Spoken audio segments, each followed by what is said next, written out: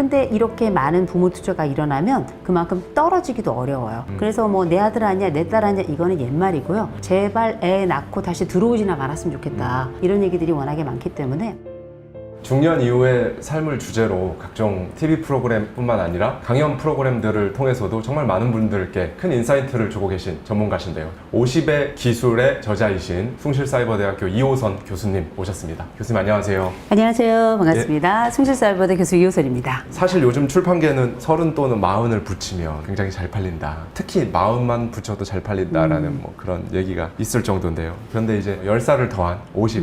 저는 아직 40대여서 50을 경험해보지 못했기 때문에 굉장히 궁금합니다. 특히나 책을 쫙 펼치면 처음 정말 딱 와닿는 글귀가 50, 잔치가 시작되었다. 네, 그렇게 나오잖아요. 네. 50이라는 키워드를 선택하신 이유가 뭘까요? 일단은 이제 30, 40 굉장히 좋은 나이고요. 네. 근데 그 나이에는 뭘 알겠어요. 보통 우리가 이제 40이면 무르 읽어간다 생각하지만 그건 옛날 얘기고요. 지금은 우리가 뭐 재수없으면 200살 사는 세상이잖아요. 그러면 정말 우리가 삶에 있어서 번쩍하고 귀가 뜨이고 삶에 있어서 절실함을 느끼는 성인기가 언제인가. 제가 볼 때는 이 50이 그 기점이 아닌가 싶은 게 이 50이란 나이로부터 시작해서 이제 우리는 은퇴도 시작하게 되고요. 아이들의 성장도 거의 완결이 되고요. 더 나아가서 돈은 이제 앞으로 찌그러질만 남았고요.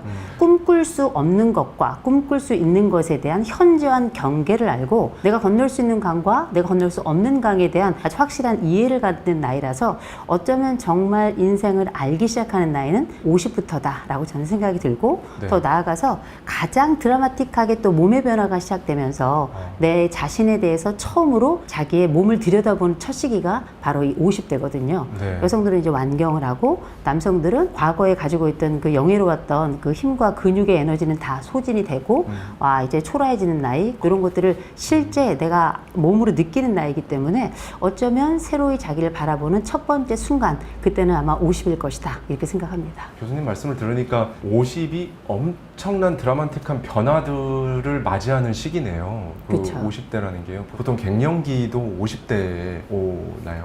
그쯤 와서 죽을 때까지 가죠. 근데 이게 죽을 때까지 간다고요? 그럼요. 왜냐면 우리가 이제 50이라는 나이가 진짜 중요한 이유 중에 하나는 예. 우리가 보통 든 자리는 잘 몰라요. 근데 네. 난 자리는 알게 되는 거거든요. 30, 40은 이제 모든 것들이 안쪽으로 들어오는 시기잖아요. 채워가는 시기이고 네. 완성을 향해서 달려가는 시기라 잘 모르는데 50이 넘어가면서부터는 그때부터 작고 큰 부분에서 이제 상실이 시작이 돼요. 그 상실의 이제 가장 기본적인 전조를 보여주는 게 이제 갱년기다. 네.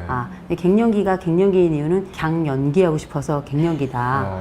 이게 쭉 밀어보고 싶은 거죠. 왜냐면 그때가 되면 진짜 알아. 내가 굉장히 나약한 인간이구나.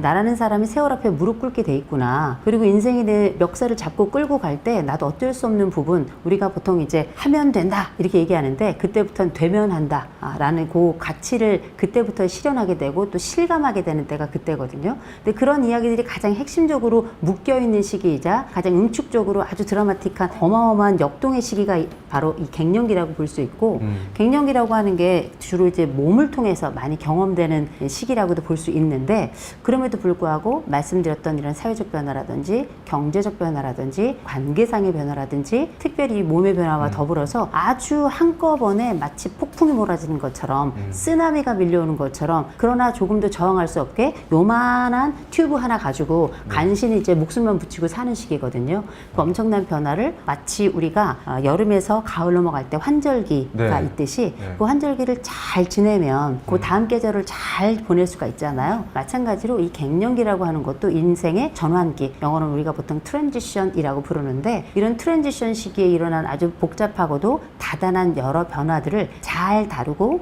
잘 적응하고 잘 살펴주고 잘 챙겨가면 어쩌면 우리는 그 갱년기 시기부터 시작되는 여러 변화들에 조금 더 수월하게 적응할 수 있을 것이다. 그런 차원에서 이 50이라고 하는 것이 딱 50살을 이야기하는 것이 아니라 인생의 가장 저물어가지만 드라마틱한 변화 때문에 쩔쩔매는 그 사람들의 이야기 그게 바로 담겨있는 시즌이라고 본 거죠. 중장년의 사춘기 같은 거네요, 일종의. 사춘기를 갖다 대지도 마세요.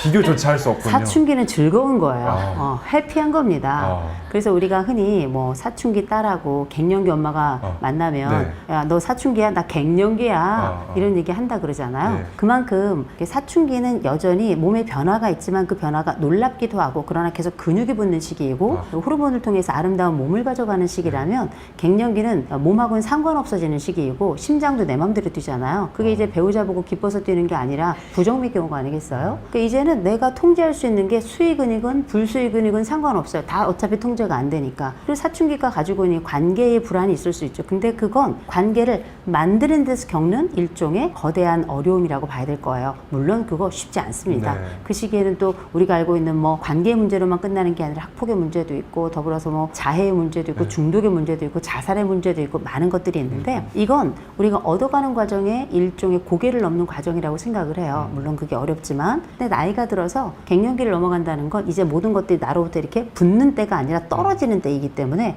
이 떨어질 때 이 막막한 광야에 혼자 남아서 덜덜 떨면서 이 길이 척박한 줄 알면서 걸어가야 된다는 그 미래를 예견하면서도 그 길을 걸어갈 수밖에 없는 그 외로운 자의 그 고독이 이 갱년기가 가져오는 거대한 폭풍 가운데 이 위태로움 속에 겪는 이 고독은 겪는 자만이 알 수 있는 고통이죠. 교수님께서는 실제로 교수님의 40대, 50대 비교를 하면 어떠세요? 딱 지금이 나아요. 50대가 더 좋으세요? 50대가 나아요. 저는 인생이 그렇게 막 드라마틱한 사람이 아니에요. 네. 그럼에도 불구하고 10대보다 20대가 좋고 20대보다는 30대, 30대보다는 40대, 지금 50대인데 지금이 훨씬 더 좋아요. 만약에 저한테 40대로 돌아가라, 아유 승진해야 돼요. 힘들어요. 그리고 그때 저희 아이들 사춘기였거든요.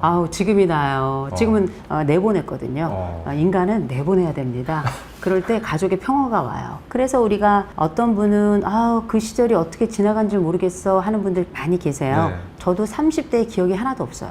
그냥 30대는 통으로 날아간 것 같아요. 열심히 안 산 것도 아니고 그렇다고 고통스러웠던 것도 아니에요. 전 아이들 키우는 모든 순간이 다 좋았는데도 불구하고 몰입하고 너무 많은 것을 해야 했던 그 30대는 기억 속에 다 흩어져서 남아있는 게 하나도 없고요. 40대에는 그때부터는 아이들이 좀 크기도 하고 내 시간을 조금씩 갖기도 하고 조금씩 승진도 하고 그러면서 나만의 것을 요렇게 좀 모아가니까 내게 조금 생기니까 여유가 좀 생기더라고요.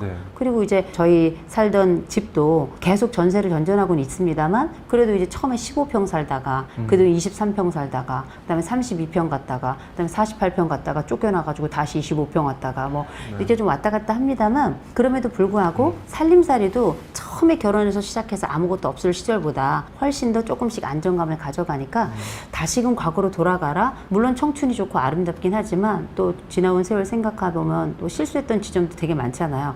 저는 어차피 돌아가도 똑같이 살아요.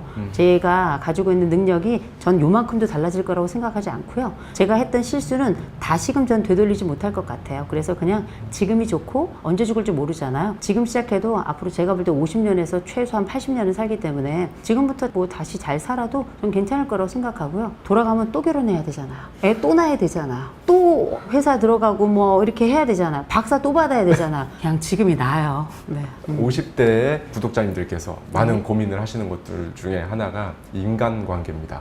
그 중에서도 이제 1차적으로 많은 인간관계 중에서도 가장 가깝다고 할 수 있는 자식과의 관계. 50대에 일찍 경험을 하시는 분들은 자녀가 이제 결혼을 한단 말이죠. 그러면 결혼을 하면 뺏겼다고 생각하는 심리가. 50대에 자식이 결혼을 한다? 네. 좋겠다. 연애도 안 해, 결혼도 안 하겠다 그래. 이런 집들이 굉장히 많아요. 그렇죠. 요즘 진짜 많죠. 아니 뭐 저희가 결혼하라 그런 것도 아니고 뭐 어떤 압력을 준 것도 아닌데 스스로 마치 독립선언서를 읽는 것처럼 그러면 진짜 독립이나 하든가 독립도 안 하면서 결혼도 안 하겠다 그러면 늙어서 저희 연금에 빨대 꽂겠다는 얘기밖에 안 되거든요.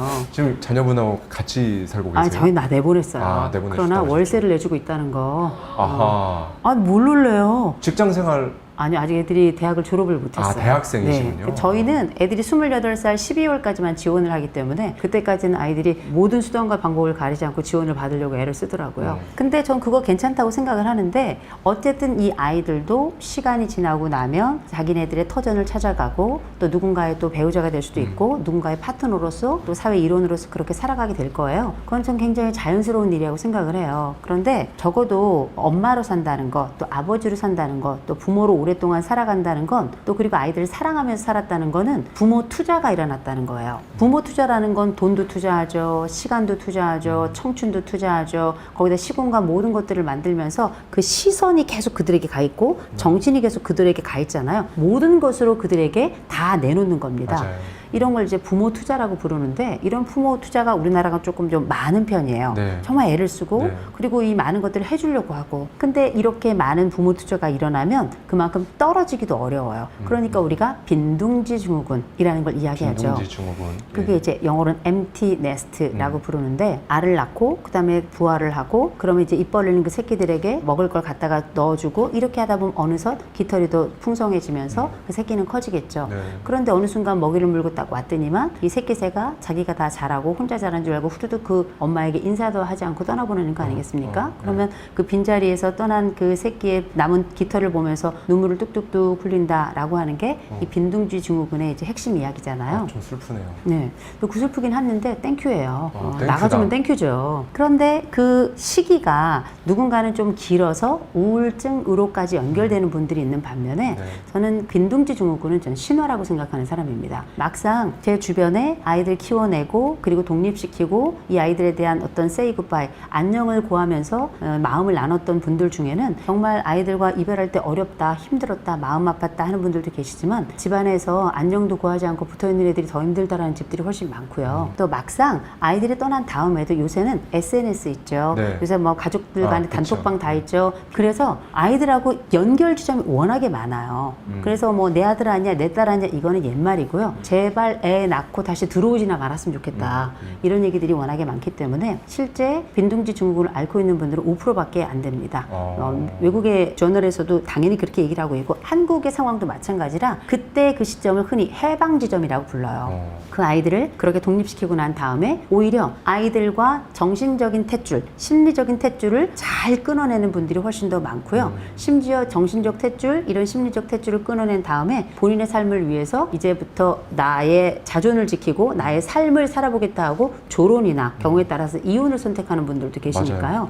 우리가 알고 있는 빈둥지는 옛날 20세기에 알고 있던 빈둥지와는 완전히 다른 이야기가 됐다라는 거죠. 요즘 왜 과거 이제 영상 자료들을 보면 32세 이렇게 나와 있는데 지금 보면 거의 50대 이상 비주얼로 이렇게 네. 나오거든요. 그렇죠. 근데 지금은 40, 50대는 이렇게 보면 한 3, 40대 같지 막 와, 50대 후반 뭐 막 그렇게 안 보인단 말이죠. 옛날 거 보면 약간 북한 TV 보는 것 같아요. 맞아요. 네. 그런 걸 보면서 어떻게 이렇게 다룰 수가 있지? 막 너무 충격을 받았다는 거죠. 그게 이제 교수님께서 책에서도 말씀하신 액티브 시니어와도 네네.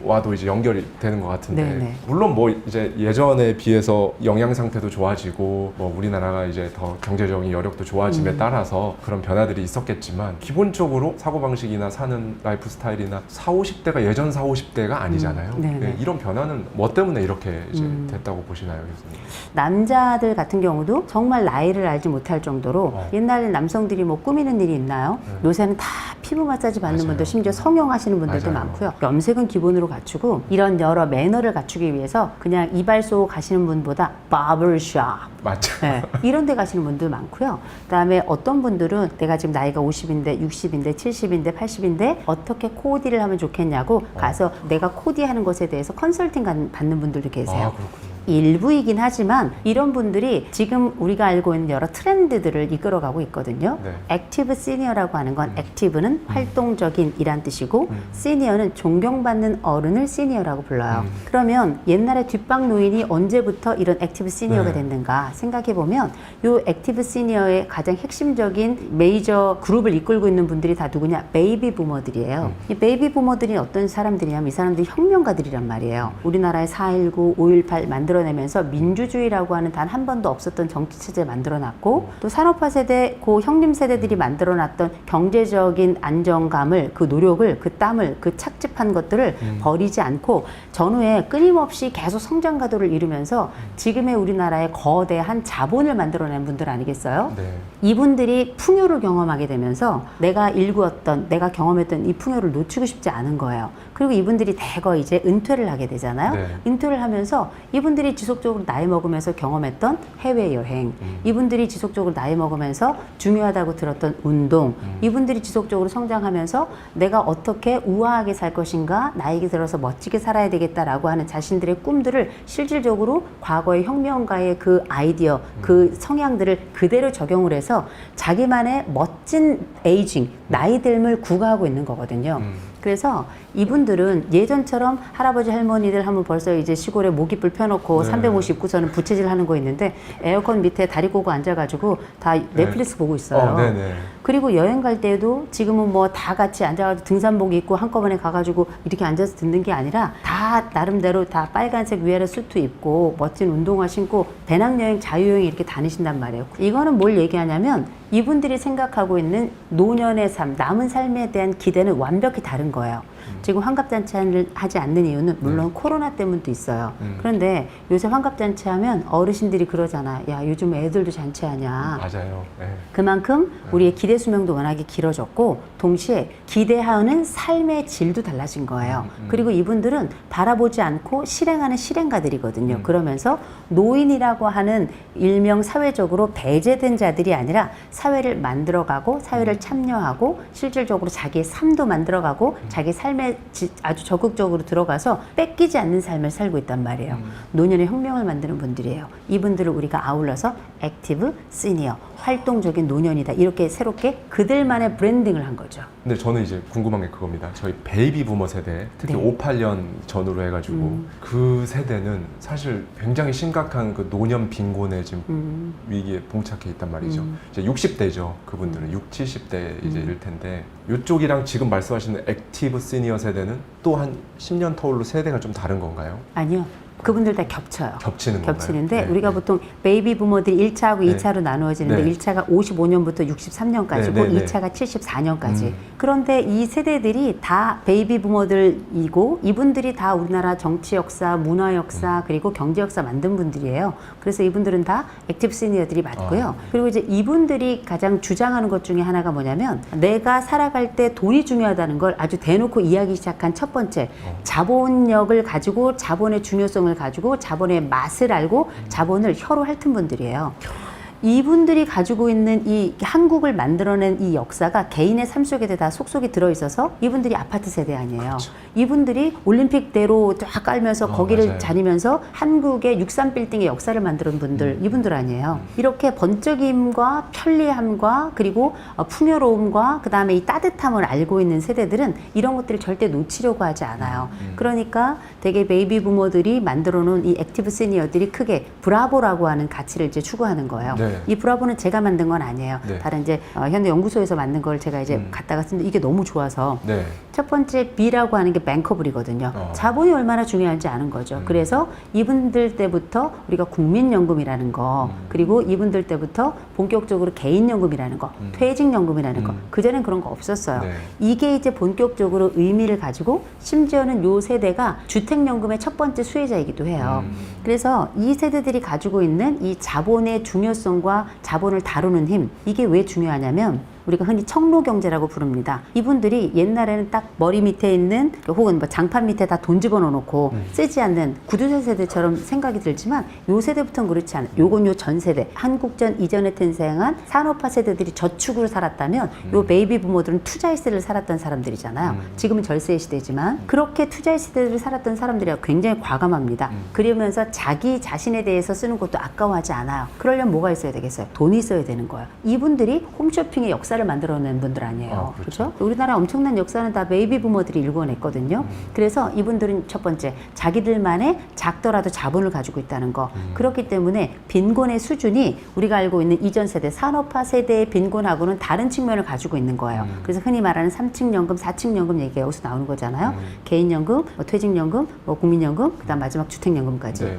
그래서 이분들은 적어도 경제관이 있고 경제력도 가지고 있고 자신을 위해서 기꺼이 쓸 돈도 항상 비상금으로 그게 양말 밑이든 어디든 넣어놓고 있다라는 거죠. 그다음에 두 번째 R이 relationship 이런 사회적 관계력도 굉장히 중요하게 생각해서 네. 옛날엔 퇴직 다 끝나고 나면 아무것도 하지 않았던 세대지만 지금은 다 동아리도 들어가고요. 나를 위한 활동과 사회적 관계와 직장에서 퇴직하거나 아이들 키워내면 끝이다 이런 세대가 완전히 끝난 거예요. 새롭게 학습 영역이 들어가기도 하고 또 동아리를 통해 가지고 내가 이전에 갖지 못했던 새로운 취미 영역에서 나만의 거기서 일을 찾기도 하고 아주 적극적이죠. 그 다음에 A라고 하는 게 액티비티 네. 활동에 적극적으로 참여하는데 그러니까 이분들의 취미가 또 새롭게 부각이 되면서 특별히 활동성 중에 주목해야 될 게 바로 팬덤 문화예요.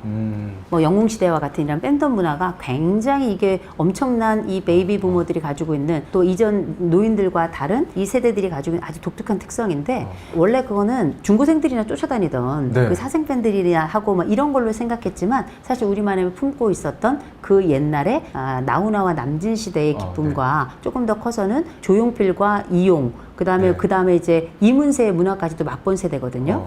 요 세대들이 가지고 있는 이 문화적인 충족감을 그리고 개인적인 이 마음의 활동에 대한 수요들을 사회적으로도 개인적으로도 이걸 실현하고 있는 사람들이 바로 이 사람들이거든요. 엄청난 사람들이고 에너지도 대단하고요. 그리고 V라고 하는 거는 valuable consumption이라고 해서 이건 가치 소비를 얘기하는 거예요. 그러면 가치 소비라고 하는 건 뭐냐면 옛날엔 오로지 내가 가지고 있거나 아니면 나만을 위한 것을 생각했다면 이제 기부 문화도 활성화되고 있고 실제 공동체를 위해서 다음 세대를 위해서 또 무엇보다 나를 위해서 가장 가치 있는 소비는 어떤 것일까에 대해서 과거에 없던 문화들이 또 새롭게 만들어지고 있거든요. 그 마지막에 O, occupation이에요. 우리가 이제는 제2의 직업, 제3의 직업 이런 얘기를 하잖아요. 그래서 이제는 베이비 부모들이 그 전에 없던 문화를 만들어냈는데 그것 중에 하나가 뭐냐면 백해복해라는 걸 했어요. 백해복해가 뭐냐면 vocation in vacation. 내가 직장을 다닐 때 약간 짬이 나요. 휴가가 뭐 3일, 일주일 휴가가 나면 그때 내가 그 전에 갖고 싶었지만 미뤄놓았던 나의 일종의 소망,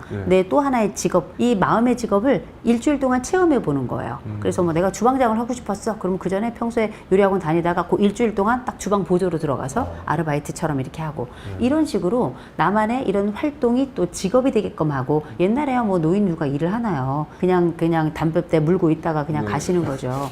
그랬는데 지금은 제2의 잡, 제3의 잡을 찾아서 교육도 받고 나만의 영역을 더 갖고 또 내 일에 대한 기쁨과 또 보람을 굉장히 크게 생각하잖아요. 그러니까 청년들이 말하는 일명 맥잡, 노인들은 우린 맥잡도 괜찮다. 노인과 또 청년들은 사실은 갈등하고 있다고 생각하지만 그건 갈등보다 일의 영역이 많이 달라요. 그렇긴 하지만 어쨌든 노인들도 이제는 마이 잡 시대를 또 늙어서 올드하지만 그러나 내가 일을 하고 싶은 이런 강력한 염원을 또 가지고 있는 세대라 이런 것들이 합쳐가지고 우리가 일명 노년은 더 이상 과거의 실버 뭐 이런 것들이 아니라 브라보다 이렇게 브라보. 얘기하니까 브라보 이야기를 제가 크게 이야기하고 거침없이 이야기하는 거죠.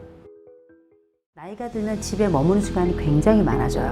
근데 나이가 들면 물론 경제적 사정도 고려해야 되겠지만 몸의 사정을 훨씬 더 많이 고려를 해야 돼요. 돈이 없는데 그럼 갈 데가 어디 있는가? 제가 강추하는 곳이 근처예요. 나이 들수록 주거지 선택이 중요하다 이렇게 말씀해 주셨던 게 저는 굉장히 좀 특별하게 들렸거든요. 네. 나이 들수록 이런 곳으로 이사를 가라, 이런 곳은 추천하지 않는다, 이런 교수님의 견해를 좀 듣고 싶습니다. 요새는 aging in place라는 말이 있어요. 내가 살던 곳에서 그렇게 늙어가는 거죠. 내가 알던 사람들과 내가 익숙한 환경에서 내가 원하는 방식으로 그렇게 살다가 그렇게 나이 들고 그렇게 그 자리에서 이제 생을 마감하고 이걸 우리가 흔히 지금은 aging in place라고 부르거든요. 그런데 이 aging in place를 하면 좋아요. 저는 그게 가장 좋다고 생각하는 게 막상 우리가 안타깝게도 치매에 걸린다든지 했을 때 우리가 뭐 요양병원이나 아니면 요양원을 갈 수 있잖아요. 그럴 때에도 외국 같은 경우에는 내가 가지고 있던 가장 애착하는 물건들을 가지고 오고 그리고 가구 작은 거 하나 정도를 가지고 와서 이분들이 내 침상 옆에 그 가구나 혹은 그 물건들을 놓으면 훨씬 더 안정감을 갖고 그 새로운 곳에 잘 적응을 한다라고 하는 여러 연구들도 있고 또 독일에서는 실제 그렇게 하고 있고요. 일본 같은 경우도 뭐 요양원이나 요양병원 같은 이런 시스템이 있었지만 이게 다 담아내질 못하는 겁니다. 그래서 지금은 집으로 요양보호사가 찾아가는 방식으로 이런 에이징 인 플레이스를 오히려 돕거나 격려하거나 독려하는 방식을 지금 사용하고 있거든요. 그런데 우리가 이런 에이징 인 플레이스를 하면 얼마나 좋겠어요. 우리나라도 지금은 에이징 인 플레이스를 간절히 원하고 있어요. 그런데 아직까지는 그게 되지 않고요. 그리고 또 살다 보면 내가 이사를 가야 될 때가 꼭 생겨나요. 네. 이를테면 내가 사별을 했어요. 네. 근데 너무 그 큰 집에서 지속적으로 내가 함께했던 그 사람에 대한 그리움을 가지고 그 텅 빈 자리를 보면서 살기가 어렵단 말이에요. 경우에 따라서 아이들이 있었는데 그 아이들이 독립을 해서 나갔어요. 근데 이게 나이 들면 청소도 힘들어요. 무릎이 안 아프셔서 잘 모르시겠지만 무릎이 아프면 청소기 돌리는 것도 힘들어요. 청소기는 또 좀 무거워요. 좀 깃털처럼 가벼운 것 좀 나왔으면 좋겠는데 무겁죠. 네. 그런데 이유가 무엇이든지 간에 우리가 이사를 해야 될 그런 시기가 생기면 어디로 가야 될지 모르겠단 말이에요. 네. 나이가 젊어도 이사 가야지 어디로 가야 되나 고민이 많거든요. 근데 이제 나이가 든다는 건 주거지가 굉장히 중요한 게 나이가 들면 집에 머무는 시간이 굉장히 많아져요. 그리고 이 집에 머무는 순간이 길어지면 길어질수록 경우에 따라 우리가 우울감도 높아질 수도 있고 그래서 집 안의 환경도 너무너무 중요한 게 나이가 들어 우리가 중년 이후 노년을 살아간다는 뜻이거든요. 그러면 이제 이사를 해야 된다면 어디로 가야 될 것인가? 일단 이사를 할 때는 제일 먼저 우리가 경제적 사정을 많이 고려하잖아요. 근데 나이가 들면 물론 경제적 사정도 고려해야 되겠지만 몸의 사정을 훨씬 더 많이 고려를 해야 돼요. 그러니까 많은 분들이 병원 옆으로 자꾸 가시거든요. 근데 큰 병원 옆에 있다고 내가 바로 입원할 수 있는 게 아니에요. 맞아요. 작은 병원 들려서 맞아요. 등록할 거 등록하고 그 다음에 신청해서 가고 물론 네. 이제 응급실은 가까울 수 있겠지만 네. 물론 응급실 갈 정도의 상황이 생기면 그건 정말 심각한 겁니다. 그렇죠. 그래서 되게 우리가 응급실에 갈 일은 많지 않기 네. 때문에 그걸 생각하시면 안 되고 또 큰 병원 옆에 사시면 안 좋은 점도 있어요. 오랫동안 사셨던 분들은 괜찮지만 처음으로 이제 큰 병원 옆으로 이사 가시는 분들은 이 앰뷸런스 소리가 이 사람의 비명 소리 그 톤이에요. 그랬을 때 그 주파수가 사람에게 고통을 주기 때문에 사람들이 금방 인지하게 되는 거거든요. 그게 24시간 울려요. 그거 굉장히 쉽지 않은 여정이다라고. 네. 그리고 무엇보다 큰 병원 있는 데는 비싸요. 아, 큰 병원 있는 데는 비싸다. 큰 병원 있는 데는 좀 비싸더라고요. 또 장례식장 있는 것도 약간의 좀 마음에 무게를 두는 분들도 계시고요. 그러면 큰 병원 옆에 가는 건 저는 사실 그렇게 권하진 않거든요. 네. 이런 그 위기 상황에 계속 노출되는 것 같아서 이 불편하시다고 말하는 분들이 좀 계셔서요. 네. 대신에 우리가 집을 선택해야 될 땐 일단 저는 두 가지를 좀 봐야 된다고 생각합니다. 하나는 돈이 있느냐, 돈이 네. 없느냐 이거부터 보자면 돈이 많은 분은 그냥 아무데나 사세요. 네. 상관없어요. 그 돈 있는 분들은 가만히 있어도 사람들이 막 그 옆에 붙어요. 네. 귀찮은 사람들까지 포함해서 네. 네. 자식들도 오지 말래도 계속 와요. 안부 전화 맨날 하고요. 그렇죠? 그리고 돈이 많은 분들은 그 옆에 또 도와주실 분들은 많아요. 그런데 그렇게 돈 많은 분들도 이사를 가야 될 때는 어떻게 될지 모르는 분들이 많거든요. 저는 돈이 좀 많은 분들은 뭐 실버타운 가셔도 괜찮고요. 나쁘지 않은데 난 실버타운 안 가고 그냥 내 집에 살고 싶어 하는 분들은 백화점 근처에 가시는 게 전 제일 좋더라고요. 백화점은 유비쿼터스예요. 다 있어요. 먹을 것부터 수영장까지. 뭐 쇼핑이건 뭐 문화센터건 뭐 다 있습니다. 거기다 백화점이 있는 곳은 교통도 편해요. 먹을 것도 많아요. 네. 그래서 내가 뭐 돈이 좀 여유가 있어. 그런데 뭐 어딜 가야 될지 모르겠어요. 저는 제가 볼 때는 백화점 괜찮다고 생각하고요. 근데 우리 대부분은 다 돈이 없잖아요. 돈이 없는데 그럼 갈 데가 어디 있는가? 네. 제가 강추하는 곳이 복지관 근처예요. 복지관 근처. 복지관은 모든 것이 다 있습니다. 백화점에 없는 것도 있어요. 그게 뭐냐면 돌보는 손길이에요. 백화점은 제일 첫 번째 학습 공동체여가지고 학습관이라 거기 가면 보통 적게는 50개, 많게는 150개까지 여러 프로그램들이 매 학기마다 열리는데 너무너무 저렴합니다. 그래서 이걸 또 선택적으로 해서 내가 스케줄을 짤 수 있고요. 거기에 가면 굉장히 저렴하게 영양사가 제공하는 밥을 싸게 먹을 수 있고요. 거기에 물리치료실이 있는 데도 있고, 그리고 이발하거나 빠마하는 데도 보통 뭐 우리 엄청나게 비싸잖아요. 비싸죠. 5,000원이면 돼요. 굉장히 싸고 또 수영장이 있는 곳도 있어요. 그거 얼마나 땡큐예요. 그런데다가 무엇보다 복지사들이 상주하면서 혼자 계신 분들은 독거어르신들이라서 매번 말벗 서비스 또 복지관을 찾아오시지 못하는 분들은 그 회원들에게 도시락을 배달하는 이런 서비스들도 있어요. 어디 그뿐인가요? 만약에 어떤 문제가 생기잖아요? 그러면 이분들을 어떻게 도와줄지에 대해서 생활지원사가 그 복지관에서 또 파견이 되기도 하고 물론 이제 우리가 뭐 기초생활 수부급이냐 아니면 뭐 차상위냐 이런 거에 따라서 약간 네. 서비스가 다르긴 합니다만 전반적인 적극적인 돌봄이 거기서 이루어지고 있고 필요한 경우에 도움을 또 요청할 수도 있기 때문에 굉장히 또 좋은 점이 있고 이런 공부뿐만 아니라 이 복지관을 통해서 우리가 관계 형성도 굉장히 좋아요. 복지관이라고 하는 게 내가 매번 그 장소에 가서 어떤 수업을 들어 네. 이를테면 뭐 내가 스포츠 댄스를 참여할 수도 있고 네. 아니면 내가 뭐 건강에 대한 수업을 들을 수도 있고 내가 붓글씨를 쓴다든지 아니면 뭐 새로운 뭐 사진이나 이런 뭐 포토샵 이런 클래스도 네. 다 있으니까요. 내가 들어갔어. 그럼 나는 공부만 하고 나오는 게 아니에요. 거기에 해당하는 함께 공부하는 동료들을 만나게 되죠. 그리고 그 복지관에 다니는 분들은 1년만 다니는 분들 별로 없어요. 수십 년에 걸쳐 다닙니다. 그러면서 하나의 생애 공동체가 돼요. 그리고 서로 안부를 묻고 때로는 거기에는 여러 뭐 집단 상담이라든지 이런 상담 서비스도 있어요.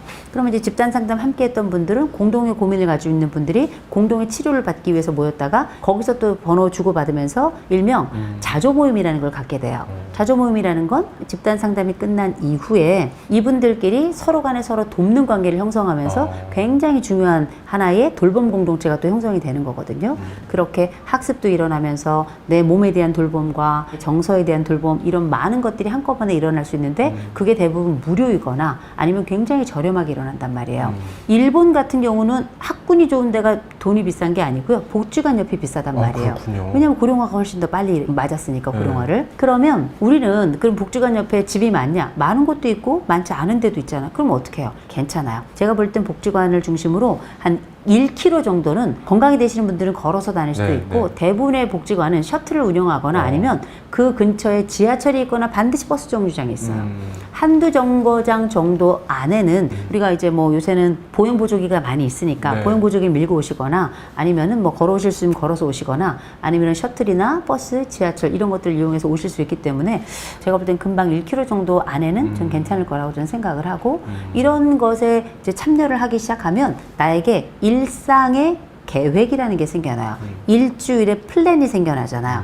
아무것도 하지 않는 것과 일주일의 계획을 맞아요. 세워서 내가 내 삶에 적극적으로 참여하는 건 삶의 질만 달라질 것이 아니라 우울증을 예방하거나 치매나 이런 고독사를 예방하는 데도 굉장히 중요한 역할을 하거든요. 네, 그래서 네. 저는 돈이 있다면 백화점 근처를 가셔라. 그게 아니라 우리 그냥 평범한 사람이다. 우리 다 평범하니까요. 그럼 복지관 근처를 저는 많이 추천하는 거고 근데 시골에 계신 분들은 복지관 갈 수가 없잖아요. 기본적인 인프라가 안 돼 있으니까.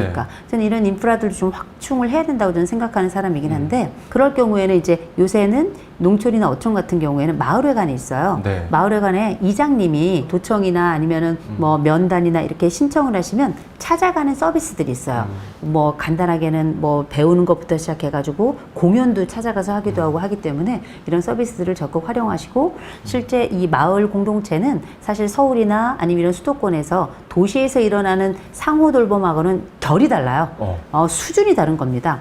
왜냐하면 옆집에 숟가락이 몇 개 있고 그 집 자식이 몇이고 그 집 자식이 직업이고 월급이 얼마인지도 서로 다 알고 있으니까 이런 그 일종의 생애 공동체이자 마을 공동체이자 어떤 정서적 공동체 이런 모든 것들 또 먹고 자는 것도 겨울에 거기서 또 같이 하시잖아요. 또 무더위 쉼터 이런 것들도 같이 겸하니까. 그래서 이분들은 상호 돌봄이 있기 때문에 괜찮아요. 그러나 이제 도시에 살고 계신 분들은 다 모래알처럼 각각의 삶을 살기 때문에 한번 이사를 가야 된다? 적응이 쉽지 않고 그럴 때 내가 친구도 사귀면서 나의 삶의 인생을 충만하게 할 만한 그런 공간을 찾는다면 저는 복지관을 추천하는 거죠. 그렇군요. 정말 생각해보지 못했었던 부분에 대한 인사이트를 주셨습니다. 나이 들수록 행동을 더 조심해야 한다라는 말씀을 해주셨어요. 이런 행동을 좀 조심하셔라라는 말씀들을 해주셨는데 가장 대표적으로 어떤 게 있을까요? 욕하면 안 돼요. 욕. 욕설, 험한 말. 네. 젊은 사람보다 오히려 나이 들었을 그렇죠. 때. 나이 들어서 하는 욕은 그냥 내 생애는 욕이었다고 얘기하는 것과 똑같아요. 참 우리가 품위에 대해서 교양에 대해서 얘기할 필요도 없어요. 더군다나 우리가 나이를 먹어간다는 건 옛날엔 지혜를 얻는다는 것과 같은 의미였어요. 네네. 근데 욕설이 지혜였다면 그 사람에게 우리는 무엇을 기대할 수 있을까? 어른은 나이값이라는 걸 하죠. 나이값이라고 하는 건 나이를 먹는다고 갑자기 지혜로워지는 것도 아니고 나이를 먹는다고 해서 이 사람이 우아해지는 것도 아니에요. 그러나 내가 지혜롭고자 한다면 우아해지고자 한다면 그걸 선택하면 되는 거예요. 때로는 내가 많이 못 배웠을 수 있어요. 그러나 누군가에게 다가가서 친절하게 한다는 건 못 배워도 할 수 있는 일이에요. 우리가 어린 시절에 그렇게 크지 못해가지고 성인기에도 계속 불행을 연속하고 이런 어떤 폭력의 대물림이나 이런 얘기 한다고 하는데 물론 그런 면이 있어요. 네. 그러나 인간은 가지고 태어나고 내가 성장기에 배우고 했던 것들이 영향을 미칠 수 있지만 그건 30%에 불과해요. 나머지 70%는 다 우리가 선택하고 네. 또 우리가 다 교육을 받잖아요. 교육이라고 하는 건 학교 교육만 있는 게 아니에요. 사회를 돌아보면 내 친구가 나에게 해주는 말도 다른 사람이 살아가는 그 모습을 보는 것도 요새 또 관찰 예능 같은 거 하죠. 네. 이거 다 교육입니다. 그렇죠. 그걸 통해서 나쁜 걸 배우는 사람도 있지만 이걸 하지 말아야 되겠다. 이런 것도 일종의 간접 교육에 들어가는 거거든요. 그렇게 나의 삶을 교육이라고 하는 것을 통해서 관찰이라는 것을 통해서 누군가의 도움을 통해서 계속 재해석해가면서 나라는 존재를 만들어가는 거예요. 그런데 나라는 존재를 그렇게 만들어간 그 결과가 욕이라면 욕설이라면 참 그 삶이 안타까운 거고 또 한 가지 그 삶을 보면서 그 사람은 사랑받겠는가 존경받겠는가 누가 그의 존재를 이 사회 또는 이 공동체 속에서 기뻐하겠는가 물론 내 좋은 대로 사는 게 내 인생이기도 해요. 그러나 어른됨이라고 하는 건 그냥 자기만 사는 것이 아니라 다른 사람도 돌볼 줄 알고 다른 사람들의 그 시선 속에서 뭔가를 자꾸 제공해주고 그 속에서 뭔가를 좀 좋은 것을 남기려고 하는 그런 노력이 전 어른됨이 아닐까 이렇게 생각을 하는데 그런 차원에서 보자면 진짜 나이 들어서 이것만큼은 하지 마라 그런다면 저는 제일 먼저 욕설이라고 말씀드리고 싶어요. 나는 평생 욕하며 살아왔다라고 그럼요. 말하는 것과 똑같은 거군요. 아, 그럼요. 근데 대신 욕쟁이 할머니 이런 거 하고는 조금 달라요. 네. 네, 우리가 왜 욕쟁이 할머니한테 욕 먹으러도 가잖아요. 네. 그냥 이분은 그 안에 사랑이라는 게 있어요. 네. 그런데 이번 기본적인 사랑이라는 건 전제 없이 그냥 그 존재에서 오물이 쏟아 나오는 것처럼 마치 뱀의 혀처럼 그렇게 독한 말들을 그리고 험한 말들을 욕설을 아무렇지도 않게 한다면 참 그 삶은 안타깝다. 그의 존재는 어디에서 기쁨을 얻고 그 나이 먹고 누가 그를 품에 안을 것인가 이런 생각을 해봐요. 그런 차원에서 전 욕설하지 말아야 된다 생각하고요. 네. 두 번째로는 우리가 하지 말아야 될 행동은 모두에게 다 해당되는 거겠지만 특별히 나이 들면 진짜 또래들끼리 해서는 안 되는 게 있어요. 자랑질이에요. 이를테면 제일 아픈 거 자식 자랑이죠. 맞아요. 어떤 자식은 잘 됐지만 아니 우리가 자식이 둘 이상 되는 집들은 다 알아요. 어떤 자식은 잘 됐고 어떤 자식은 이 자식보다는 덜 될 수밖에 없어요. 그러면 우리가 자식 키우다 보면 다 아픈 자식이 있는데 거기다 다른 자식이 잘 된 것까지 얘기를 난 듣고 싶지 않아요. 왜냐하면 내 아이들만으로도 아파요. 속상하고 물론 내 자식들 중에서도 자랑하고 잘 된 자식이 있겠지만 그게 스스로 인생이 안 풀려서 너무 힘들어하고 아파하는 자식을 보면 그거 부모 눈에서 피눈물 나는 거거든요. 그거 알면서도 그 사람 앞에서 자기 자식이 이랬니 저랬니 얘기하는 그런 친구들이 있다고요. 정말 너무 그건 안 돼요. 그건 뭐냐면 네. 그거는 상대방을 무시하는 걸 또 넘어서서 좀 폭력적. 고통을 주는 네, 거다고 네, 생각해요. 네. 알면서 그러는 것. 그래서 자식 자랑하면 안 되고요. 돈 자랑. 돈 자랑 할 거면 뭘 사면서 자랑하든가. 이건 되게 중요한 거예요. 네. 뭐 자기네 뭐 집이 얼마고 차가 뭐고 그리고 자랑하면 좋지만 사람이 정말 이 사람의 부유함은 돈에 있는 게 아니라 인격에 있는 거잖아요. 그 사람이 어떤 사람인지는 그 사람의 돈의 가치가 아니라 나이 들면 가진 사람이나 못 가진 사람이나 배운 사람이나 못 배운 사람이나 별 차이 없어요. 그의 인품이 그 사람을 보여주는 거거든요.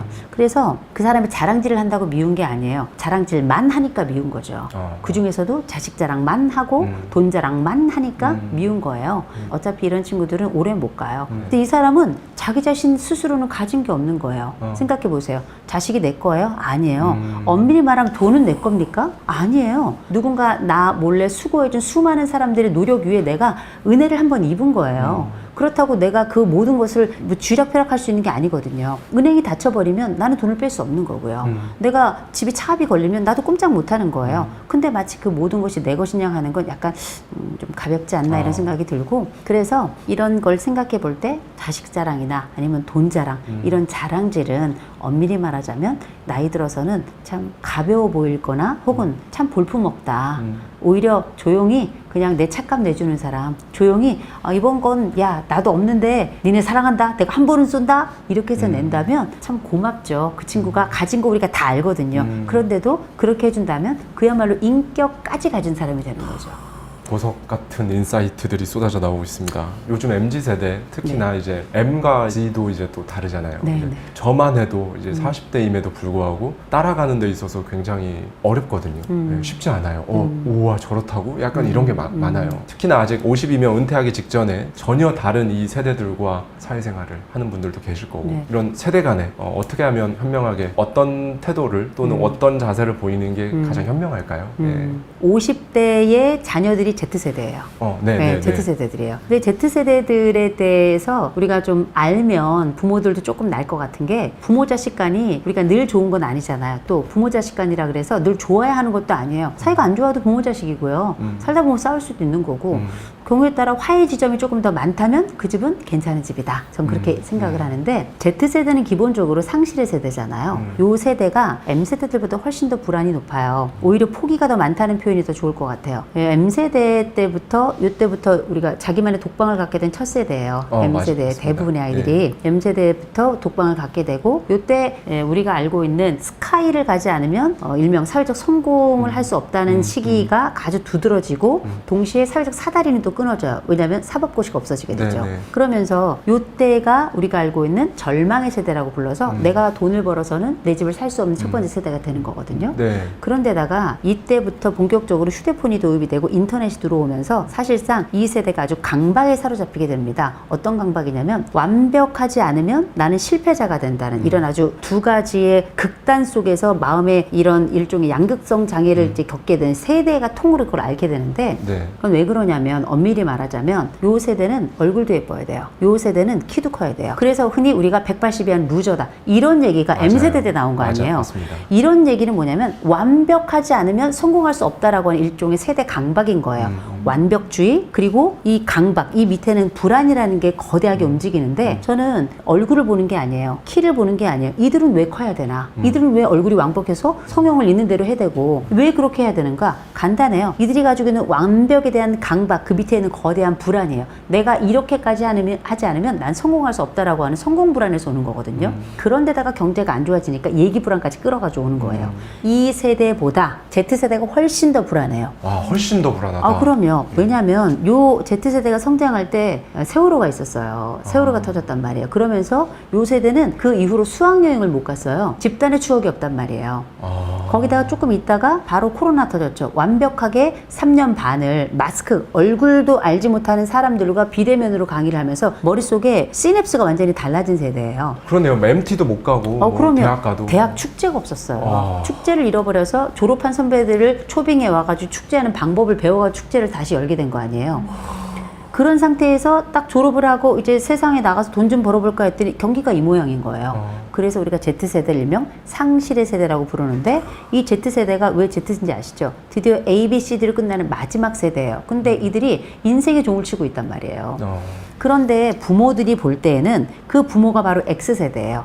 Z세대 부모는 X세대고 그 다음 M세대의 부모는 베이비 부모들이란 말이에요. 근데 이 Z세대 같은 경우는 이 X세대는 이 Z세대를 절대 이해할 수가 없어요. 왜냐하면 M세대보다 기본적으로 더 어려운 시기를 살았기 때문에 그리고 관계는 더 단절된 시기를 살았기 때문에 그러면서 인터넷은 더 깊이 빠지는 세계 속에 살았기 때문에 언어도 인터넷 언어가 훨씬 더 많아요. 그리고 이들이 사회생활을 충분히 해볼 수 있는 기회를 사회적으로 박탈당하는 그 시기에 무슨 일이 벌어지냐면 이들이 나이브해요. 굉장히 순진하단 말이에요. 그러면서 인터넷 세계 속에서 아바타를 쓴다는 걸 모르는 아이들이 많더라고요. 그러니까 인터넷 세계 속에서 진짜 자기의 리얼을 자기의 몸뚱이를 갖다가 현실 세계처럼 살아가요. 다른 사람들은 아바타로 살아가는데 근데 우리가 다 페르소나가 있잖아요. 사회적인 마스크를 쓰고 살면서 이 아바타 속에서는 여기서 쓰는 아바타가 따로 있어요. 욕설, 비방, 조롱 이런 것들 아무렇지도 않게 필터 없이 막 들어가는데 이 험한 세계 속에 이 무적행 같은 세계 속에 나이브하게 아주 순수하게 들어가가지고 그걸 내 거로 삼은 아이들이 굉장히 많아요. 그리고 그 코로나 3년 동안에 완전히 전 국민이 희귀고물이었어요. 다 그냥 들어가서 안 나왔으니까. 그런데 이제 최근 들어서 이런 운둔형 외톨이 얘기가 다시 나오기 시작해요. 400만 얘기 나오잖아요. 운둔형 외톨이가 400만이라는 건 있을 수도 없는 일이에요. 이들은 잠재적 자살 가능자들이에요. 굉장히 위태로운, 우울감도 굉장히 심하고 패배감도 굉장히 심하고 그러면서 인터넷 세상 속에 들어가가지고 완벽하게 자기를 어떻게 남을 공격하고 어떻게 나 스스로를 공격할 수 있는지 그걸 인터넷으로 배운 아이들이라고요. X세대는 몸으로 뛰었던 부모들이에요. 맞습니다. 그러면서 이때 X세대 우리가 왜 응답하라 1988 보셨잖아요. 그게 네. 뭐냐면 88 올림픽이 있었어요. 굉장했던 거죠. 네. 거기다가 교복이 자유화가 됐어요. 거기다가 해외여행이 시작이 됐어요. 89년부터 시작해서. 그러면서 이전에 베이비 부머들이 가지고 있던 머릿속의 혁명을 딱 깨부수고 해외와의 접점을, 그래서 글로벌이라는 단어를 처음 쓴 세대가 X세대란 말이에요. 네, 네, 네. 자유의 세대예요. 근데 아무튼 이런 세대들, 부모가 더 자유로운 세대가 더 깊이 자기 속으로 함몰된 세대의 자식을 만나게 된 그러네요. 거예요. 그러니까 이렇게 확 벌어지는 거죠. 그러니까 접점과 이해 지점이 점점 적어요. 그러니까 부모들 얘기하는, 너 왜 그러니? 네. 도대체 왜 그러니? 이 M세대 때는 야 좀 해! 이런 게 있었다면 Z세대는 도대체 왜 그러니? 알 수가 없는 거예요. 근데 기억해야 될 게 이들이 우울해요. 네. 세대가 완전히 우울해요. 어떨 때 음울해요. 이들이 가지고 있는 이 파괴당한 자들이 가지고 있는 공격성을 부모들이 몰라요. 이때 아이들이 두 가지 세태로 나타납니다. 이때 청소년들 시기를 겪었던 애들이, 남자애들은 중독, 여자애들은 자해예요. 청소년들의 이슈가. 중독은 말할 것도 없고요. 네. 근데 이걸 부모 세대들이 이해할 수 없어요. 간격이 M세대가 베이비 부모들이랑 갖는 간격보다 Z세대가 X세대인 부모 세대와 갖는 간격보다 훨씬 더 커요. 그러니까 부모들은 자식 세대를 이해하기가 어려운, 더 어려운 시대가 온 거죠. 정말 근데 어렵네요. 그런 차원에서 말씀을 드리자면 네. X세대 부모들이 성장했던 방식으로 Z세대 자녀들을 바라보면 진짜 곤란해요. 정말 곤란. 왜냐면 X세대까지만 해도 엄청 맞고 자랐거든요. 맞습니다. 근데 지금 아이들은 심지어 성장할 때도 너는 특별해 이런 책을 읽으면서 성장한 아이들이에요. 그런데 사회는 차갑고 차갑고 차갑고 더 차갑고 경기는 완전히 바닥을 치고 있고 불안은 점점 커지면서 루저들의 그 심정을 심지어 어느 정도 갖추고 있다고 생각하는 아이들마저도 느낀단 말이에요. 누구도 행복하지 않은 아이들이에요. 그럴 때 얘네들 많이 안아주셔야 돼요. 얘네 다그치면 안 돼요. 진짜 안 돼요. 왜냐면 지금 아이들은 딱 다그치잖아요? 바로 자기 파괴로 들어가요. 굉장히 참지 않습니다. 과거에는 남 탓을 사실 우리가 많이 하고 자랐어요. 네. 지금 Z세대들은 다 내 탓이라고 생각해요. 인터넷 들어가서 남 탓 얘기하지만 내 탓이라고 생각해서 한꺼번에 불행을 확 삼켜버려요. 그리고 나서는 나타나지 않는단 말이에요. 네. 아니면 굉장히 공격적으로 자기를 대하거나 아니 함부로 자기를 대하거나. 그래서 Z세대 최근에 그 쓰레기방 증후군 되게 많아지고 있거든요. 그거 네. 자기 파괴 행위예요. 그리고 이게 엄청난 불안을 잘 보여주고 상실을 잘 보여주는데, 이럴 땐 그래서 가능하면 아이가 어려움이 있다 싶을 때는 부모 세대, X세대들은 스스로 해결하려고 하지 마시고요. 상담을 좀 받으셔야 돼요. 요새는 뭐 전국민 마음 투자도 있고 건강가정지원센터나 정신복지 건강센터 이런 데 다 무료 상담 가능하니까. 그래서 아이에 대해서 내 탓이다 할 것도 없어요. 부모가. 부모 잘했어요. 최선을 다했어요. 근데 자식은 어떻게 마음대로 안 되거든요. 부모 탓이라고 할 수 없는 부분도 많아요. 아이의 기질도 있고 환경도 있고 하니까. 그럴 때는 전문가를 찾아가셔가지고 이 아이의 특성을 잘 살펴보시고 이 아이의 어떤 것이 가장 아픈 지점인가. 그래서 그걸 좀 읽어주는 기술을 좀 배웠으면 좋겠어요. 저는 그게 필요하다고 생각합니다. 부모와 자녀와 그 상담을 같이 하는 뭐 그런 프로그램도 요즘에는 있더라고요. 많죠. 많더라고요. 근데 애들이 네. 싫어해요. 그러니까 거기 올까 가자고 하면. 그러니까 우리가 보통 가족 상담을 할 땐 네네. 1인 가족 상담도 있어요. 한 사람만 와도 그 사람을 통해서 온 가족이 변할 수 있거든요. 그래서 온 가족이 다 와야 된다고 하는 그런 일종의 심리적 부담이나 이런 걸 가질 필요가 없어요.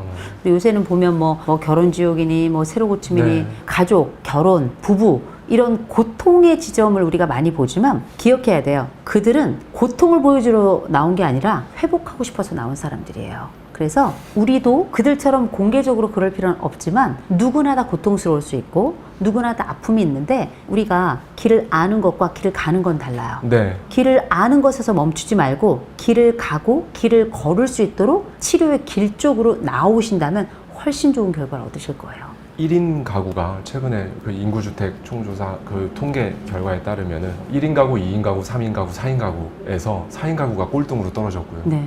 1인 가구가 35%. 전 상당히 충격을 받은 통계였는데 네, 네. 어떻게 될까요? 앞으로 과연 이제 뭐 이거는 사실 뭐 통계학적으로 뭐 아니면 뭐 사회학적으로 뭐 여러 가지 분석들이 있을 수 있겠습니다만은 교수님께서 보시기에 앞으로 우리나라가 출생률도 그렇고 이런 거 봤을 때 1인 가구 어떻게 될 것 같다고 보여지시나요?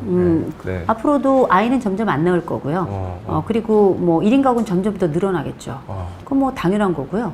다만 지금 우리 인구 구조가 옛날하고는 좀 달라졌죠. 네. 그러면 다른 사회에 맞춰서 살아가면 되는 거예요. 이걸 너무 비극적으로 비관적으로 보진 않았으면 좋겠고요. 저는 어차피 우리에게 벌어진 일이라면 그러면 지금부터는 어떻게 할 것인가. 이게 더 훨씬 더 중요한 거죠. 그러면 지금 우리가 살고 있는 이 삶에 있어서 만족감을 높이고 내 생의 행복감을 높이는 게 굉장히 좀 중요하다고 생각해요.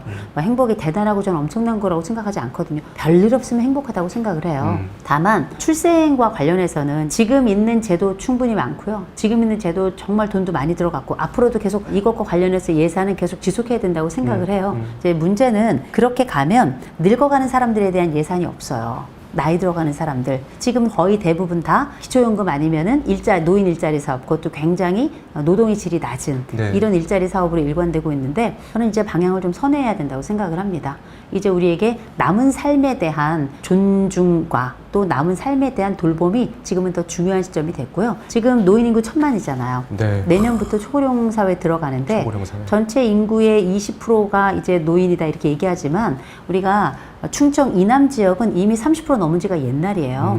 36% 이렇게 넘어가는 데도 있잖아요. 앞으로 40%, 50% 넘어가는 건 이제 시간 문제거든요.